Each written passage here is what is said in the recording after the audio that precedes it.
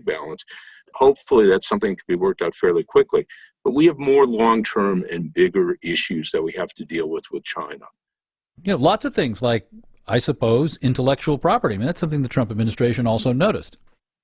Yeah, and here's where I think our policy has been really wrong-headed, because we've had a policy, not just with China, but with the whole world, and in fact domestically, making patents and copyrights longer and stronger. And this means more money to the people who benefit from copyrights and patents. What I would love to see is the U.S. and China trying to work cooperatively and collaborating in as many areas as possible. We'll have things to fight over with China, but we should be sharing technology, particularly in healthcare. We saw this. Think of how much more quickly we might have had an effective vaccine if everything was done collaboratively. And climate change. If China could reduce their emissions because we share technology with them or vice versa, that benefits us all.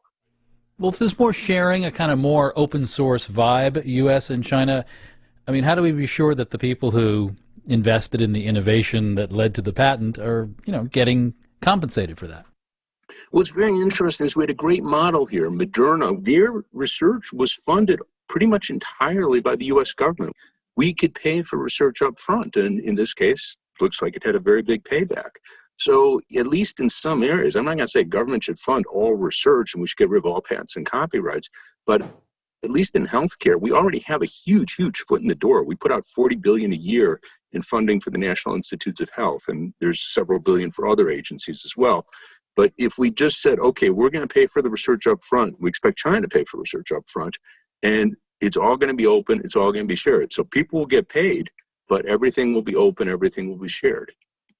Dean Bickers, senior economist and co-founder of the Center for Economic and Policy Research. Thank you very much. Thanks a lot for having me on. Much will happen throughout the day on our money, markets, workplace culture, and innovation beats. Listen for my colleague Kai Risdahl, host of Marketplace on many public radio stations, or stream it, marketplace.org. I'm David Brancaccio. I do the morning report here. We are from APM, American Public Media. Congaree and Penn Landscape Trees, Jacksonville's family-owned large tree installation, relocation, and comprehensive landscape installer. More info and appointments available at congareetrees.com or 527-1945. Wayne Hogan of the Terrell Hogan Law Firm. I'm Wayne Hogan. Holiday shopping at thrift stores and yard sales can save money, but some secondhand items for kids may have been recalled for defects. Our website has links to help avoid dangerous toys. More at terrellhogan.com. Baptist Health knows managing your health is still important during the COVID-19 emergency. Secure online appointments are now available and allow you to meet with your doctor from the comfort of home. More at 904-202-4YOU. This is WJCT News 89.9 Jacksonville. Ahead in the next 5 minutes, live local news for the First Coast from the WJCT News team.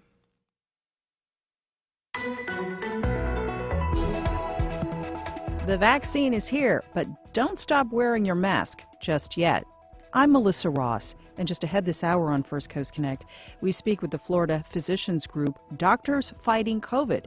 They have a health and safety message for all of us. That's ahead, then later. Even though COVID-19 is a virus that primarily affects the lungs, we know that a number of organs and systems can also be affected. UF Health Jacksonville launching a new clinical trial for some recovered COVID patients. We'll tell you if you qualify, plus a conversation with Jacksonville chef Erica Klein on her tasty new downtown venture. That and more is just ahead.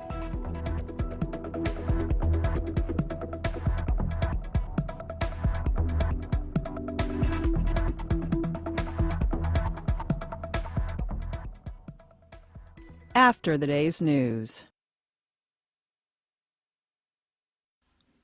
Live from NPR News, I'm Corva Coleman. The Food and Drug Administration has released a detailed analysis of the COVID-19 vaccine produced by pharmaceutical maker Moderna. It finds this vaccine is nearly 95% effective and has no specific safety concerns. A panel of independent experts will meet Thursday to advise the agency on whether to authorize the Moderna vaccine for emergency use. Meanwhile, more sites around the country will be getting their first COVID-19 vaccines today. These are made by Pfizer and its German partner BioNTech. NPR's Ping Huang has more. Around 3 million vaccine doses are getting delivered throughout the country this week. General Gus Perna, a top government official responsible for vaccine distribution logistics, says those doses are just the start. It is not a one-and-done delivery. It is a consistent flow of ordering, preparation, and delivery. It rolls out as vaccines are available, and more people get access to the vaccine every day. Perna says he's providing forecasts on vaccine availability to states and that they'll soon be in the rhythm of ordering more vaccines every week. Next week, some states plan to start immunizing nursing home residents through a federal partnership with CVS and Walgreens. Pharmacy teams will visit nursing homes and give shots to staff and residents. Ping Huang, NPR News. Lawmakers are still at odds over fresh coronavirus relief. A bipartisan group of lawmakers has proposed 2 bills. The first offers new unemployment benefits to Americans. The second bill has items lawmakers have disagreed over for months. NPR's Giles Snyder reports on the first bill. The group is proposing a $748 billion coronavirus relief package that could be attached to a huge government spending bill that lawmakers are hammering out. The measure includes money for unemployment, aid for small businesses, and vaccine distribution. The 2 main sticking points are in a separate bipartisan bill: the liability protections for businesses that Republicans are seeking, and aid for state and local governments, a Democratic priority. NPR's Giles Snyder. Voter turnout in the 2020 presidential election was the highest in more than a century. Still, about 80 million Americans chose not to vote. That's according to a new survey from NPR, the Medill School of Journalism, and Ipsos. NPR's Domenico Montanaro reports. The survey of 1,100 non-voters found they're disengaged, disaffected, and don't believe politics can make a difference in their lives. They're more likely to be Latino, they're younger than voters overall, make less money, and have lower levels of education. They had lots of reasons for not voting, including not being registered to vote, not being interested in politics, and feeling like their vote would not make a difference. One reason they did not cite as a major reason, though, difficulty in voting. 3/4 said they think it's at least somewhat easy to vote. Domenico Montanaro, NPR News, Washington. This is NPR News. WJCT News 89.9 is sponsored in part by Humana, offering a variety of plans to fit your needs. Information at 904-303-2505. And the time is now 9:04. This is WJCT News 89.9 in Jacksonville. Lawyers for the state have urged an appeals court to sanction a Northwest Florida attorney who filed a lawsuit to try to force the closure of beaches to reduce the spread of COVID-19. Regan McCarthy reports Santa Rosa Beach attorney Daniel Ohlfelder drew national attention by dressing as the Grim Reaper and criticizing the state's handling of COVID-19. According to a News Service of Florida report, Governor Ron DeSantis' lawyers contend attorney Daniel Ohlfelder filed a frivolous appeal after a circuit judge ruled against him in the beach closure case. The Tallahassee-based appeals court last month rejected the appeal and raised the possibility of sanctioning Ohlfelder and the attorneys who represented him. It gave DeSantis' lawyers a chance to file arguments on the issue. But Ohlfelder and his attorneys argue the appeal is not frivolous or filed in bad faith. The move comes after Leon County Circuit Judge Kevin Carroll ruled in April against Ohlfelder in the case. He said while Ohlfelder had, quote, an understandable concern, second-guessing DeSantis would be a violation of separation of powers restrictions established by the Constitution. I'm Regan McCarthy. It's overcast and 63 degrees here in downtown Jacksonville. Mostly cloudy for the day, staying in the mid-60s, breezy from the north, and low 50s tonight. This is WJCT News. Support for NPR comes from NPR stations. Other contributors include C3. C3.ai software enables organizations to use artificial intelligence at enterprise scale, solving previously unsolvable business problems. Learn more at c3.ai.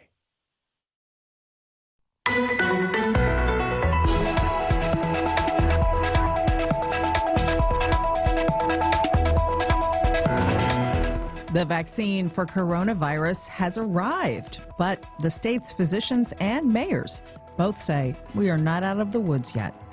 Good morning. We're live from Studio 5. I'm Melissa Ross, and this is First Coast Connect. Thanks for listening.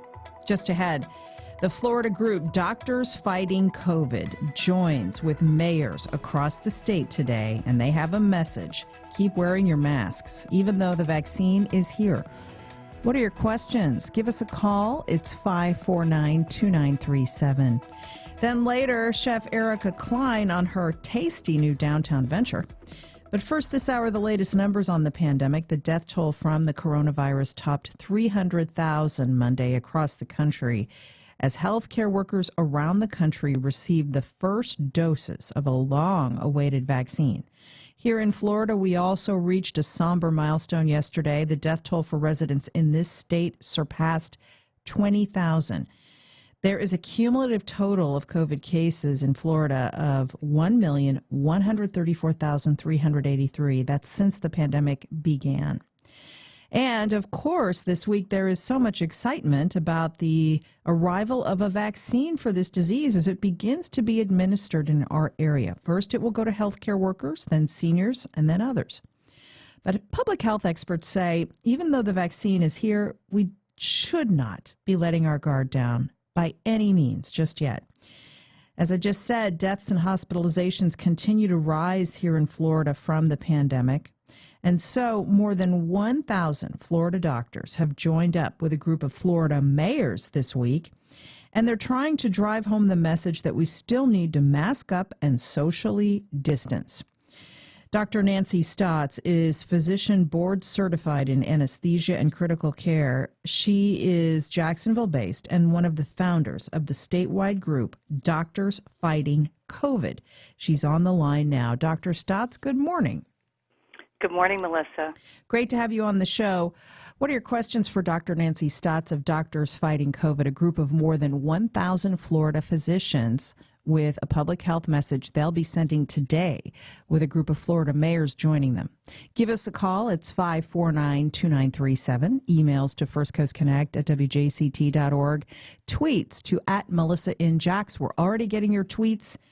And our Facebook page, as always, is open for conversation. Dr. Stotts, your group has been around for a while. You've been begging people all year to wear masks and socially distance. But you have a new message this week. You've united with mayors, including a few from our area, like Mayor Ellen Glasser of Atlantic Beach. And you're doing a press call on Zoom later today to talk about COVID. What's the message, Dr. Stotts? Yes, thank you. And that's true. We have been around for a while. As you may recall, back in June, we did send a letter to Mayor Curry, and to his credit and to our heartfelt gratitude, he instituted a mask mandate shortly thereafter. And I believe that has saved many lives locally.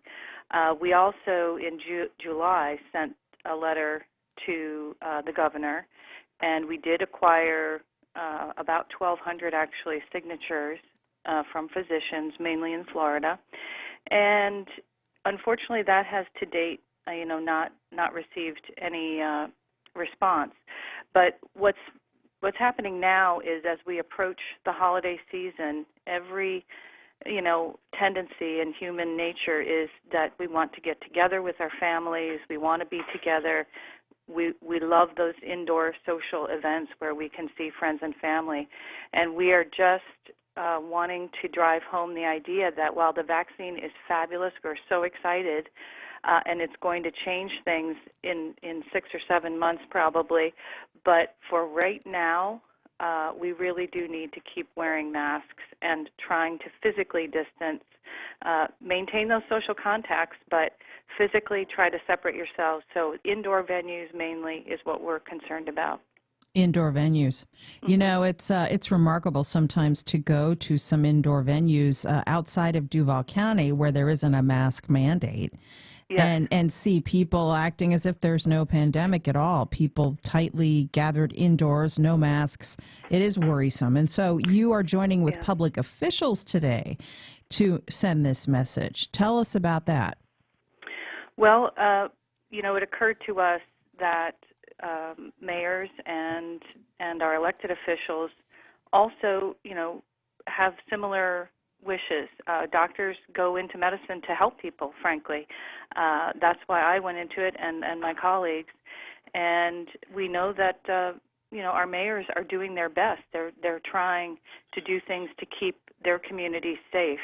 But it's difficult when, as you say, people are not adhering recommended guidelines and forcing them to utilize, other means to try and enforce. And it doesn't work as well. And I think, if people think of them as simply a filter, that's what they are. They're filtering what you're exhaling so that others aren't exposed, but they're also filtering what you're inhaling so that if you do happen to have an exposure, it's less, and hopefully your illness is less. What would you say, Doctor, to people who throughout this pandemic have been skeptical of the seriousness of COVID-19? We've heard everything from the virus is a hoax to it's not any more serious than the flu. Right. I hear that a lot, and I'd like to get your response to those who say, we don't like the mandates, we don't see the need to do these precautions because it's just like the flu, people might say. Right. Well, I would put there's two categories of information. There's things we know for sure, things we are learning but aren't 100% sure about. But a few things we do know for sure is that this is not the flu by any stretch. It's more contagious, but more importantly, there are not only the mortality rate is much higher than the flu, but we now realize up to 25% of all cases, so in just the state of Florida, that's 250,000 people plus, are likely to have what we call a long hauler symptom, where they can have a brain fog type of situation, or vascular problems, or clotting problems. And yes, we don't know all the details. Is this permanent? How long does it last? We're not sure, but it can be seen in people who have very minor cases. So to anyone who thinks, oh, I had it, it was no big deal, I'm done, I hope you're right, but there's a significant minority who will have long-term problems. And what are some of those problems? Well, as I said, the main three areas are neurologic, so the brain, there's occasionally neuropathies. The heart can have a cardiomyopathy or problems with the conduction system, which could result in arrhythmias. And then the lungs can have permanent scarring, where people can feel a sense of shortness of breath with even pretty minor activity. And we're not sure that these things resolve and how long it takes. Let's go to your calls now for Dr. Nancy Stotts. She is based in Jacksonville and part of the statewide group Doctors Fighting COVID. It's a group of more than 1,000 Florida physicians from across the state who have been sending a message all year long in this pandemic. Wear masks. They've also asked Governor DeSantis to ban indoor gatherings of more than 50 people. He has declined to do that. And even though a vaccine is here, the docs say we've got to continue wearing masks for a while longer. They'll be doing a Zoom call today in the noon hour with a number of Florida mayors and public officials to talk about this public health message. Let's go to your calls now, 549-2937. Give us a call. Jim in St. John's. Hi, Jim. Good morning. Hi, good morning, Melissa. Thank you for taking my call. Sure. And love the show. Well, long-time listener, and thank you to Dr. Stotts for her work on the virus. I was just curious about the Moderna vaccine and other vaccines. I hear we have a vaccine now, but I haven't heard anything about Moderna, which was right behind Pfizer and any other upcoming vaccines. Sure. Let's talk about that. Thank you, Jim. Okay, so Dr. Stotts, yesterday we spoke with UF Health Jacksonville because they took delivery of the first vaccine, and their CEO, Leon Haley, was apparently the first person in Florida to get the vaccine. Wow. So Pfizer is here, Moderna right behind it. Let's talk about these two vaccines and how this will help to drive down numbers in the coming months. Right. So I'm not going to get into the specifics, the differences between the two at this point. Frankly, I don't know distribution. I'm not that person. There are experts out there, and there are hopefully sources for that. But what I will say is both of them require a two-step process. So if any of your listeners maybe have had both a Shingrix shot to prevent shingles or a flu shot, this is more like the Shingrix shot, where you get a shot and then you need to have a secondary shot, in this case in about 3 weeks. And so there's a phase-in situation where we need to have 2 doses for every person. So that's why it needs to be rolled out carefully. We have to prioritize those greatest, at highest risk, which are our elderly, and also our healthcare workers, who are unfortunately continuing to be, exposed at great numbers. But also, we're very concerned about the utilization of our healthcare resources. In addition, in the interim of this time period before the vaccine is available to the vast majority of people. And so the overriding message today is, let's say it again, don't assume that because people are starting to become vaccinated that you can't get this disease anymore, right? Correct. We need about 75 to 85% of the population to have immunity for it to be considered controlled somewhat in the community. So we are a long ways from there, and it's not going to happen this week or next month or even the months after due to some of the things we've talked about. We also don't know if once you get even both phases of the shot, could you perhaps be still contagious? There are 40% of cases who have no symptoms. So could you be exposed and still shed some virus? And with a large portion of the population still not immunized, does it make sense to continue wearing a mask for a while, again, till we get to that area where most people are immune? It's 549-2937 as we speak with Dr. Nancy Stotts of Physicians Fighting COVID, Doctors Fighting COVID. Lots of calls coming in. We'll get to a couple more in a moment. Lots of tweets. Here's one from a listener. I am still going to wear my mask after I get the vaccine because of other people. I'm not fixing to go through quarantine, get the vaccine, and then leave my health up to chance when there are too many COVIDiots out there. Not me. Anti-mask equals pro-suicide. Basically, doctor, what she's saying is, I can't trust that other people will do the right thing, unfortunately.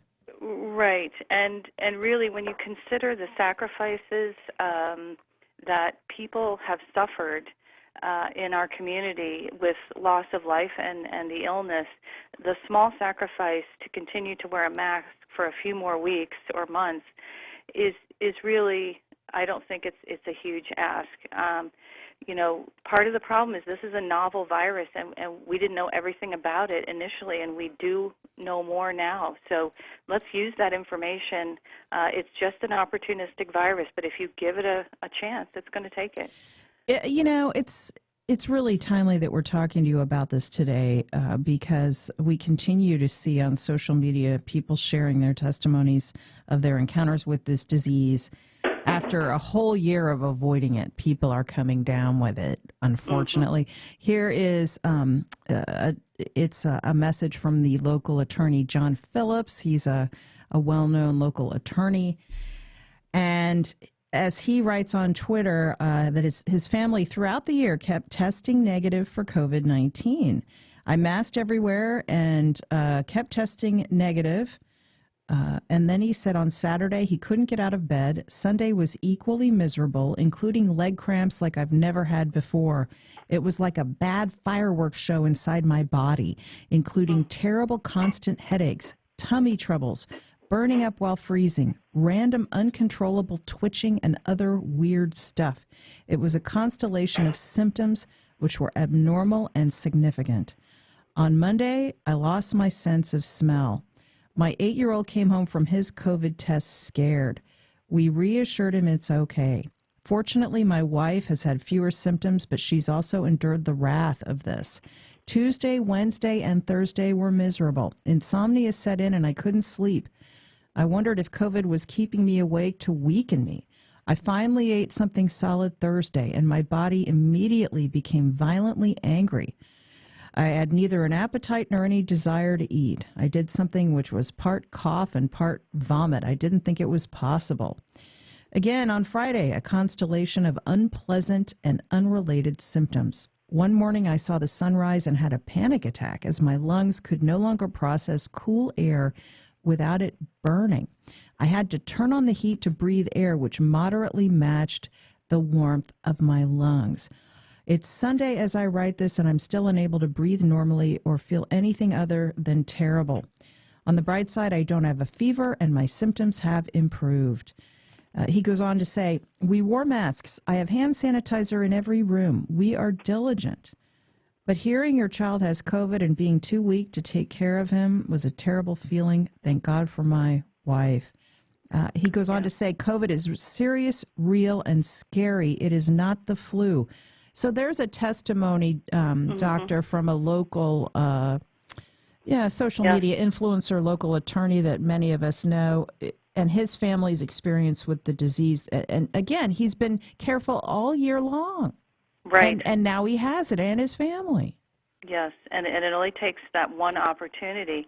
And that's the other thing that's so difficult about this disease is that while some people have virtually no symptoms, don't even know they're contagious, others, as you know, succumb to the illness, but many are in between with very severe symptoms that completely debilitate them. Some do have to go to the hospital to get oxygen. That's not at all uncommon, and we're very concerned about the way he describes all the organs involved, the nervous system, the heart, the lungs. We just don't know, and it's just not worth taking that risk, especially for your own family members. I think that's the most heartbreaking is we know patient families who have had multiple people in their family affected, and in fact, who have passed away from it. And it's heartbreaking. It's absolutely heartbreaking. We're speaking now with Dr. Nancy Stotts of the statewide physicians group Doctors Fighting COVID, 549-2937. Judy in Jacksonville Beach. Hi, Judy. Good morning. Good morning. Hey, go ahead. Okay, we were out eating brunch Sunday at a restaurant, and staff were wearing masks, but I had a table with a direct view into the kitchen. And I saw one staff member with a mask hanging off his ear, and the others had no masks. So I asked to speak to the manager, and when he came out, he said only when they have direct contact with customers do they need to wear a mask. Is that true? Oh, wow. Thank you for that, Judy. Okay, Dr. Stotts, what about this? Yeah. So what we do know is that this is a respiratory virus that is spread mostly or almost entirely via a respiratory droplet. So if someone is standing next to me and speaking or yelling or singing or just talking, they spread out little tiny droplets that can have viral elements in them. If you and that person, if neither one of you are wearing a mask, you have a pretty good chance of spreading it. If one of you has a mask, it decreases somewhat, but if both of you have a mask, it decreases by about fivefold, and it has to do with the idea that you're filtering those viral particles. So I think the caller's question, if I'm not mistaken, is regarding the food. Could you get COVID from breathing or from eating something that someone had breathed virus on? Yeah, and are the restaurant staff following the rules correctly, too? Right, and that's a little less clear. But I would say that we feel at this point that the fomite transmission is probably less effective than the person-to-person breathing. And just to tell your listeners, indoor places where masks are unable to be worn, and this is mainly restaurants, bars, and gyms, account for the vast majority of community spread right now. It has to do with the lack of flow of air particles around, and also the inability to wear a mask, right, when you're eating and drinking. So those areas have fallen away as much more risky. So if you're looking to decrease your risk, I want people to continue to utilize our businesses, get takeout, find an outdoor venue, et cetera, et cetera. But those three are, best avoided. If you're trying to stay healthy, you're at crosshairs kind of going to the gym right now. Here's a tweet from a listener. We need to start seeing this word more on TV and from our elected officials. Ventilation. Every epidemiologist I follow tweets about this all day long. Ventilate, crack open windows, prop open doors, use HEPA filters, increase air changeover. He's right, Doctor, because I've interviewed so many experts like you, pretty much all year long, I have not eaten inside a restaurant. Me too. I get takeout, I do drive-thrus, and I will sit outside, but I will not eat indoors because of all of the reasons you've laid out, although I do everything I can to support locally owned restaurants as much as I possibly can. Earlier this year, a friend invited me to brunch for her birthday. It was inside, and after about 15 minutes, I just got up. I think I really hurt her feelings, too. But I said, look, I just don't feel comfortable eating in here right now. Right. The wait staff was masked, but the diners were not, because obviously you can't eat and wear a mask at the same time. So, what about this question of ventilation? Yes, that's critical, and that's why the indoor versus outdoor. We're fortunate to be in a nice climate where we can still do things outdoors. I walk the beach almost every day. I encourage people to walk, ride their bike, run, and if you can even do it without a mask, especially even with someone else if you're attempting to keep some reasonable physical distance, because remember, the air around you is constantly being circulated. So those droplets, instead of being spewed straight across at that person, are whipped around by the environmental winds and so on. So it's much, much more safe to be outside at this time. And again, the three gathering places where masks are difficult, the gym, the bar, the restaurant, it makes it a big, big challenge. Here's an email from a listener. It's disheartening to see my Facebook feed full of pictures of people in large groups with no distancing or masks to celebrate birthdays, holidays, etc. Not only are they being reckless, they're flaunting their recklessness. I want to celebrate too, but I'm not. Here's another tweet from a listener. This is so simple. Just wear a mask. Whatever happened to the golden rule? During this holy time of Christmas, it's a gift to others as well as to yourself. Let's start thanking each other for wearing a mask. Let's go to a few more. Yeah, let's go to a few more calls now. Danette in Jacksonville. Danette, go ahead. Hi, yes. My question is, I've seen on social media that one of the long-lasting effects of COVID is erectile dysfunction. I want to know if there's truth to that, and if so, why hasn't that been out there more, and can we talk about that? Okay. And I also just want to say how disgusted I am with our governor, because you also get on social media and hear about people excited to be in Florida. There's no mask. We can go to the restaurant. This is a great place to travel. I mean, that's something that needs to be addressed. We've got people coming here, traveling here, specifically because of the lack of mask mandate. And thank you for everything. Thank you, Danette. Okay, two questions, Doctor, from Danette. Right. So she's right. I'll answer the second one first. She's right that we are among only 13 states that don't have a mask mandate. And, while it would have been great if we had one instituted, it's not too there's no real benefit in looking back at this point. I think what we have to do is look forward and know that there is a goal line in sight, and that it's within the power of each and every one of us to make the right choice. So we can all do that for each other, as you said.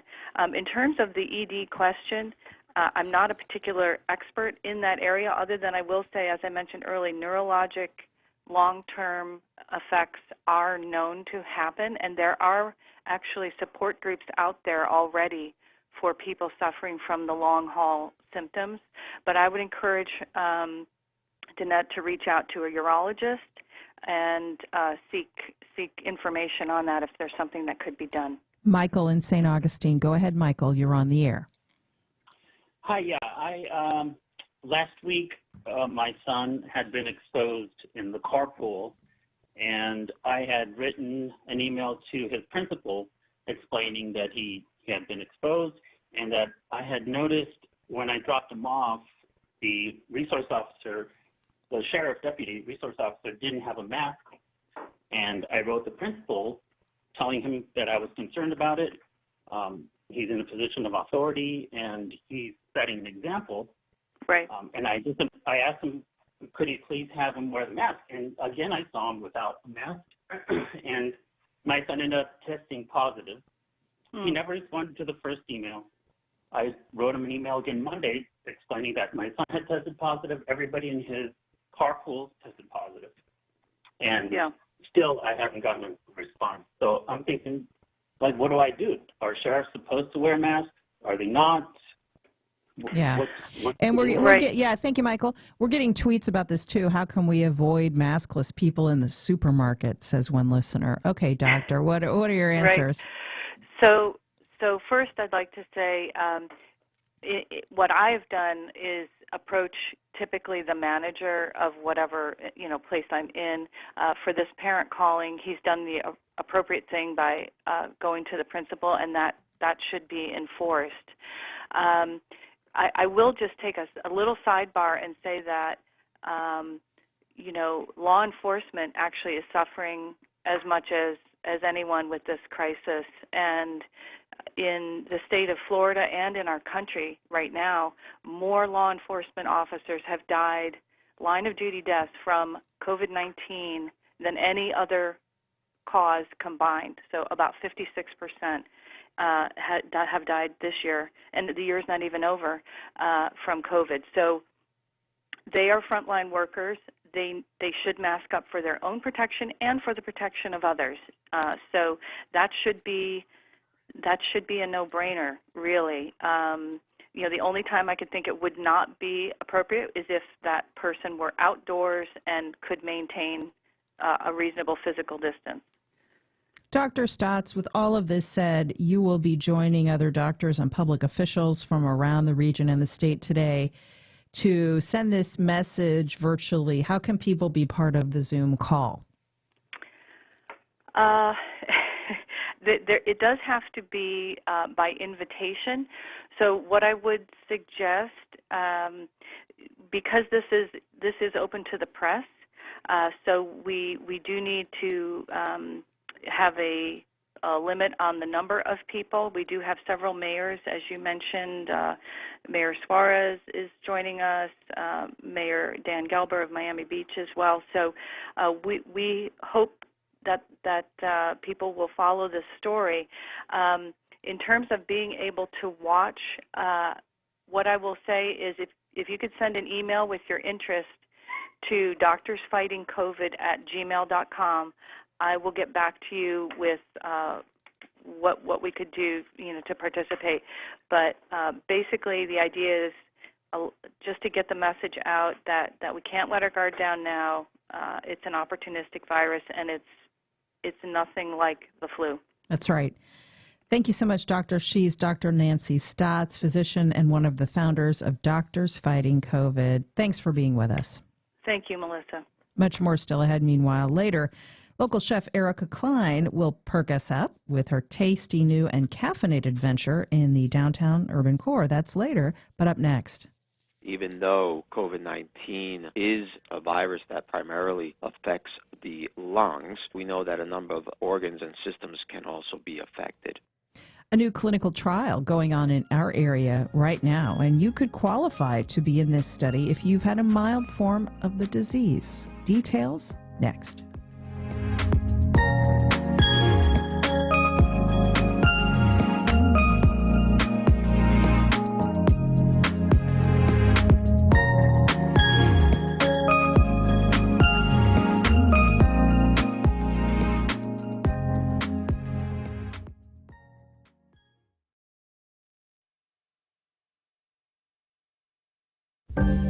Turntable Tuesday can now be heard on Anthology on the WJCT app and 89.9 HD3. For the best on vinyl, listen to Anthology Tuesdays at 9. Turntable Tuesday, part of the Jacksonville Music Experience. Escape to a world of British telly on BritBox and PBS Passport when you become a supporter of WJCT. Sign up at jacksbundle.com today.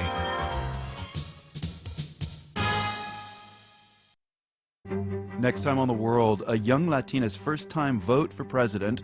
She chose Biden. Her grandpa was all about Trump. He kept saying, Trump won, but like in Spanish. And I was just like, no, he didn't. Stop listening to your news. One Mexican-American family splits their vote and exposes a generational divide. Their story in the top news from around the globe. It's on The World. Tomorrow at 3, here on WJCT News 89.9. Welcome back. Well, there are many potential problems for COVID patients, and among them are blood clots. UF Health Jacksonville is now part of a national clinical trial to determine if blood-thinning medication can help prevent this. It's called the Active4 COVID-19 Outpatient Thrombosis Prevention Trial, and it's taking place right now here and across America. So they're looking for participants to be part of this study. Dominique Angiolillo, MD, is director of the Cardiovascular Research Program at UF's College of Medicine in Jacksonville, and I spoke with him about this. Doctor, thanks so much for being with us. We appreciate your time. Thanks for having me.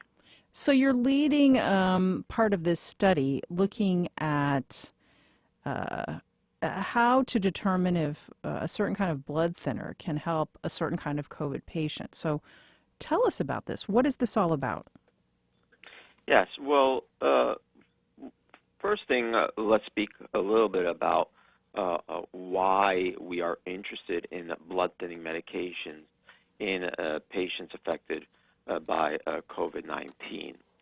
We have learned early in the pandemic that even though COVID-19 is a virus that primarily affects the lungs, we know that a number of organs and systems can also be affected, and particularly in acutely ill patients, 30 to 40% of these patients can develop blood clots, and these blood clots can essentially develop in any part of the body, the lungs, the legs, the brain, and the heart. And for this reason, we know that as part of the standard of care of treatment of COVID-19 patients when they're in the hospital, we do use blood-thinning medications for thromboprophylaxis. In other words, we want to prevent the development of clots in these patients, because we know that if these patients do develop clots on top of their respiratory disorder, there is an increased risk of dying, so mortality rates are higher.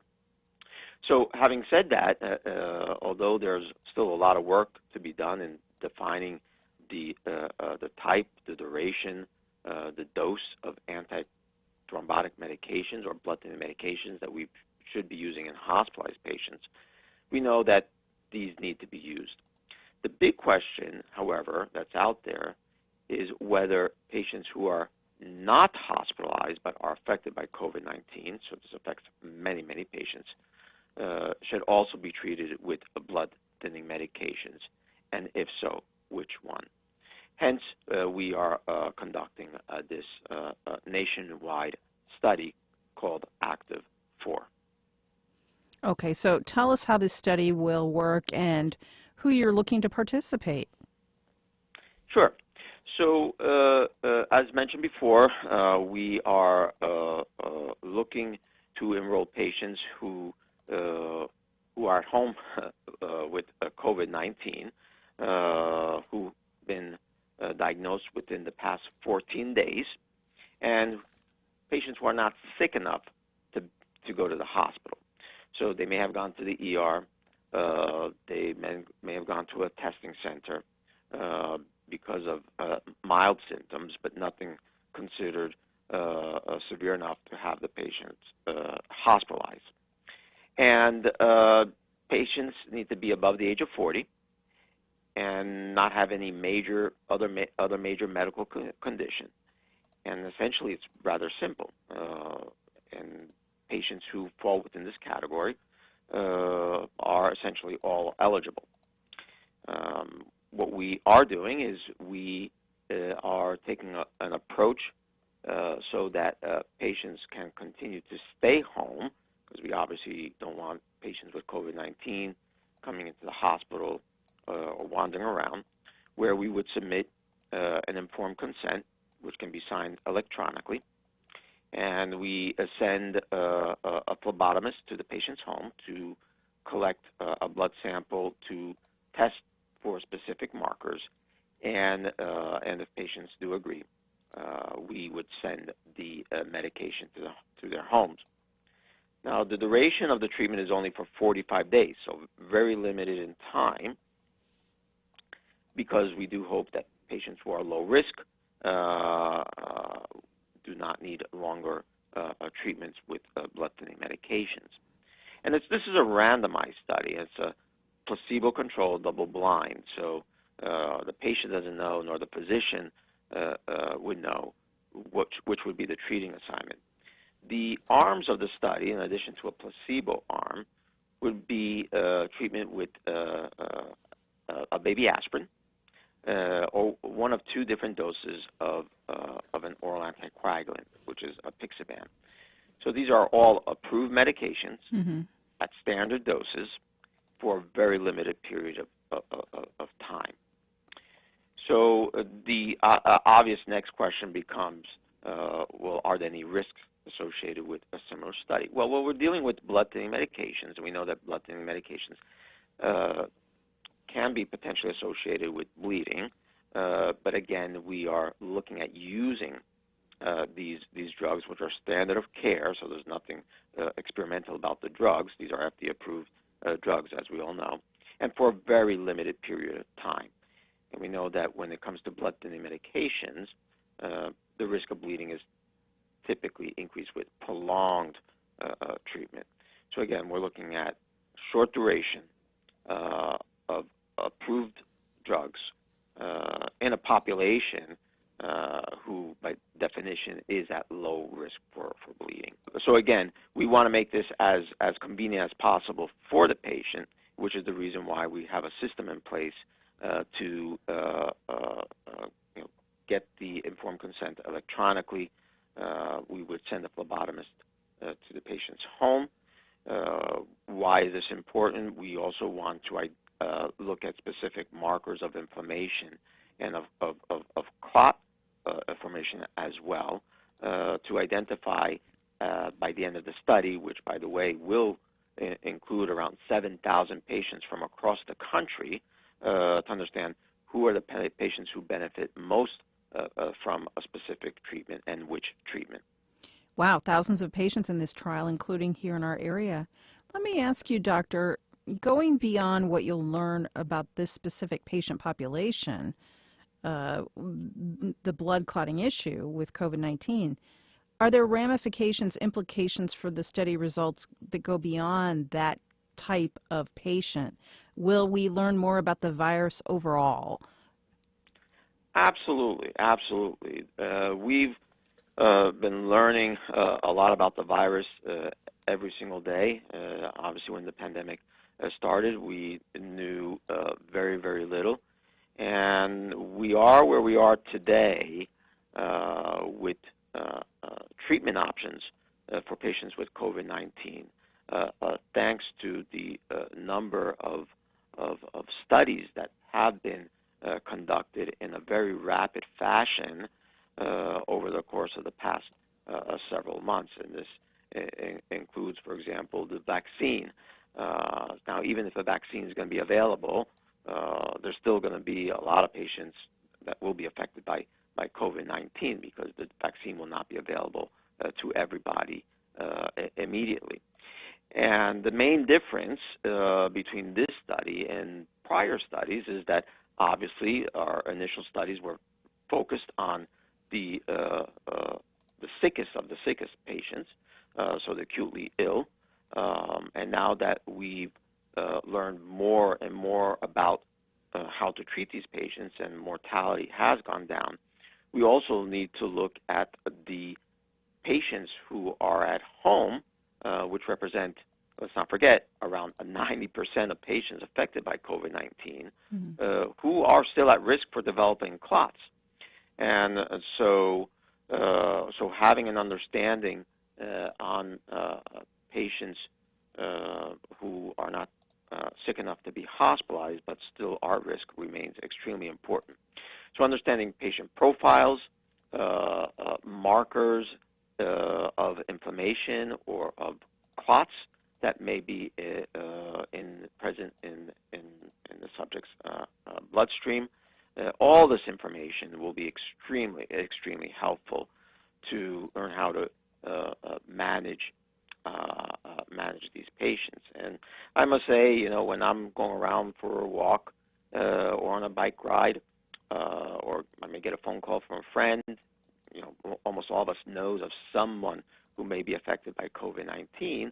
I typically get the question, should this individual, for example, take a baby aspirin? And my answer is, well, we don't know, and that's the reason why we're doing the trial. So it's something that's out there, but this is the reason why we do clinical trials.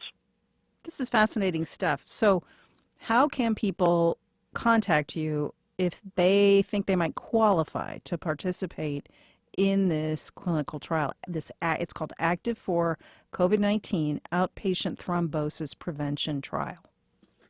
Sure.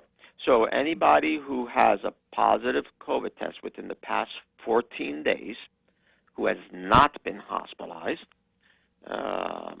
and is above the age of 40, can call 904-244-5617. I'll repeat that, 904-244-5617, or send an email to Andrea.Goosen, that's ANDREA.GOOSEN, at jax.ufl.edu, and we can provide all the information that is needed, send an electronic copy of the consent, and address any questions.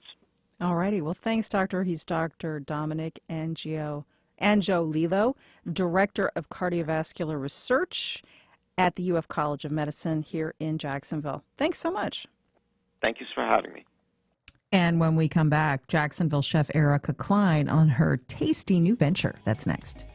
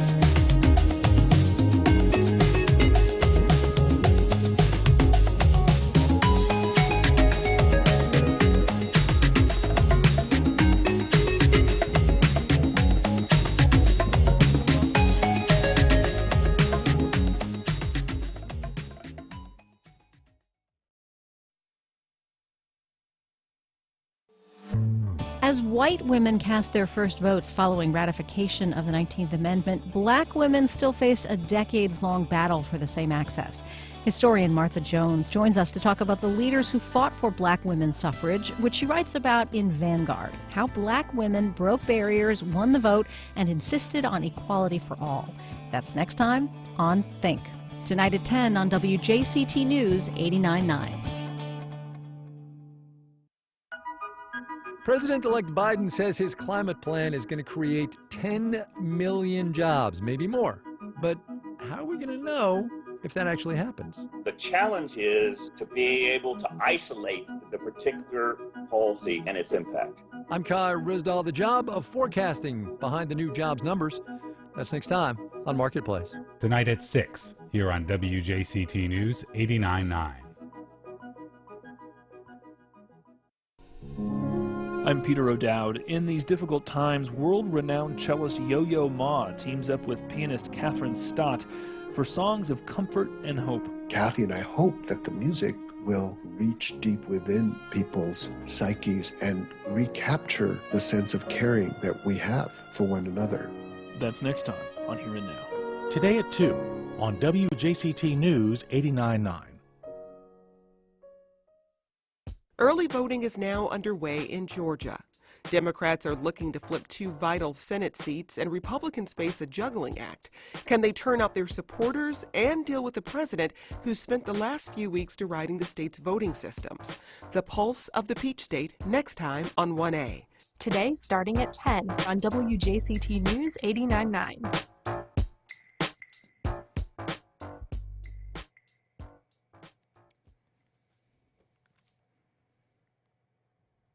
Welcome back. Well, a new coffee shop is opening up in downtown Jacksonville early next year. It's called Crazy Beans Coffee. And here's something really cool. It will be located in the new Jacksonville Regional Transportation Center in La Villa. Right now, we're pleased to welcome chef and manager Erica Klein. Good morning, Erica. Good morning. How are you? I'm great. And also on the line, co-owner of Crazy Beans Coffee, Herbert Bartley. Hey, Herbert. Hey, how are you? Great. Good to have you both on the show. Okay, Chef Erica, let's begin with you. People know you from your time appearing on Food Network and Bravo shows like Top Chef, Just Desserts, and the Rock and Roll Pastry Challenge. You're an award-winning chef. You recently ran Blue Chocolat Cafe in Springfield, which was fantastic. This is your new venture, so tell us about Crazy Beans Coffee. Crazy Beans Coffee is, you're so right. It is a new venture. It's coffee, a field that I was a little dabbled in, but now I'm completely involved in. I can make you the best latte that you ever would want, along with great pastries, salads and sandwiches. So Crazy Beans is a great little coffee shop here in Fleming Island, and I'm just happy to be a part of this adventure. Okay, so Herbert, as she said, this started in Fleming Island, so this will be the second location in Northeast Florida. How did it come to be that you are opening up in the new Regional Transit Center right on the western edge of downtown Jacksonville? First of all, I like to second the emotion that she actually makes the best latte. I just want to say that before we get started. The venture came up actually through Erica. They were mentioning downtown. They were having a place that would probably suit our needs. We were looking to move into Oakleaf at the particular time, and she kind of brought it up saying, hey, guys, this is open, and I think it'll be a great location. Looked over at it, found that it was very strategic. It was central, and it looked like a up-and-coming place as it pertains as an industry, as well as a few lofts are being built around there. So I thought it would be a good move. Yeah, that area is growing, so obviously you're going to see some foot traffic in there. And it's promoting the growth of public transportation, in this city. So, yes. Erica, this is a completely different kind of location for you. And so how do you plan to cater to this crowd? So it's going to be a lot of grab and go, but at the same time, you're going to have some amazing desserts, breakfast pastries. We're looking forward to serving grits in the morning, soup in the afternoon, some great sandwiches that are being made as you grab and go and quickly get what you need for your lunch and even afternoon snacks. And then when it comes down to the coffee, just can't even, we have a variety of different origins of coffee, which I believe we kind of shared a little something with you this morning. Yes, you did drop off some goodies, so thank you so much. We're very excited to try them. And Herbert, let me ask you, after a very tough year for the restaurant industry, how are you looking ahead to 2021? Well, we're trying to, it's very new for us, especially the fact of what we've been experiencing. It's not like Business 101. normally you can come in and do certain things strategically and kind of see a profit and see a turn and see traffic. But now it's different altogether. And because it's new to us, we've got to be creative and got to be witty. So that's been a challenge. However, we're up for it. I think that as a result of what's going on now, it's going to create a new norm as it pertains to marketing. And I really would like to be one that would pretty much spearhead and trailblaze in the area. So we're kind of just waiting to see what's going to happen. We're actually blessed to be able to be there in that place. You have about 10,000 commuters a day that comes through, about 150 offices with another about, I guess, 1,500 employees or so. So it gives opportunity for foot traffic within as well as we generate without. So I'm very nice. looking forward to marketing that way. Sure thing, yeah, and I hope you just do gangbusters. And Erica, let's make a quick mention of your new chocolate line, Simply Erica. Great for a holiday gift. Yes, ma'am. We just launched that like last week, and I'm just really excited. It's online, simplyericas.com, and hopefully we'll be able to share with the rest of the world as much as we possibly can. So check it out, everybody. You can also find Chef Erica on Facebook. And Crazy Beans Coffee opening up early next year in the downtown Jax Regional Transportation Center in La Villa. Chef Erica, co-owner Herbert Bartley. Best of luck. Have a great holiday, and we look forward to checking out the new place in the new year. Yes, we can't wait. And check it out, everybody. That's our show. Thanks to all of our guests and callers. Our producer is Heather Schatz. Josh Torres is show director. Our news director is Jessica Palumbo. Bill Bortsfield is our digital editor. And the few of us that are in the building right now, we can't wait to try those goodies from Chef Erica. That'll be happening in just a few minutes. I'm Melissa Ross. This is First Coast Connect on WJCT News 89.9 Jacksonville. We'll be right back here again at 9 a.m. tomorrow. If you missed any part of the show, catch our podcast later today or our rebroadcast tonight at 8 o'clock. And have a great day.